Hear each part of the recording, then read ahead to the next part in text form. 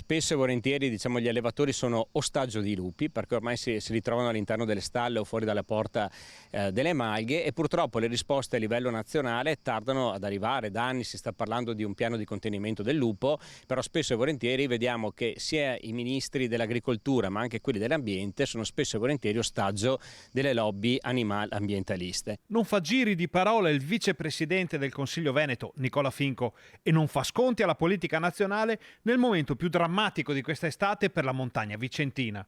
Gli assalti dei lupi proseguono senza sosta e sono molte le malghe, in particolar modo quelle dell'altopiano dei 7 comuni, che stanno facendo i conti con un numero altissimo di predazioni. Questo sta creando veramente un danno serio a tutto il comparto, in quanto in alcune malghe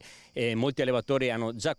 riconsegnato le chiavi ai comuni in quanto sono stanchi di queste predazioni, e molti denunciano sempre meno questi attacchi predatori, perché poi la filiera burocratica è lunghissima per avere poi un risarcimento minimo. La politica deve fare la sua parte per dare risposte agli abitanti delle terre alte, agli allevatori, ai malgari, a chi vive in montagna e della montagna. Noi oggi a livello nazionale stiamo premendo perché venga adottato un piano, ma che sia però un piano serio e non un piano farlocco che poi alla fine porti a poco o nulla. In Trentino stanno partendo piani di abbattimento dei lupi, ma in Veneto cosa potrebbe succedere? Si sta parlando in queste ore di autorizzare il Trentino Alto Adige all'abbattimento dei lupi in nome dell'autonomia, mentre in Veneto o nelle altre regioni d'Italia questo non è ancora possibile. E già questo insomma è un qualcosa di scandaloso, perché se il lupo non è più in via di estinzione in Alto Adige e in Trentino, non lo è nemmeno in Veneto, visto le continue predazioni. Ma soprattutto il piano che è stato presentato a livello nazionale è un piano che prevede ovviamente l'esclusione degli abbattimenti nelle aree protette,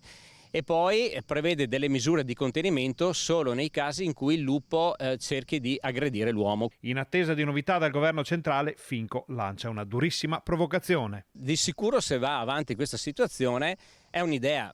la butto là, però forse sarebbe il caso anche di iniziare a denunciare lo Stato, perché nel caso in cui si verificasse una situazione analoga a quella dell'orso in Trentino, nel caso in cui succedesse qualcosa a qualche allevatore o a qualche comune cittadino che si trova il lupo fuori dalla porta di casa, forse lo Stato dovrebbe iniziare a risponderne, e a rispondere anche seriamente.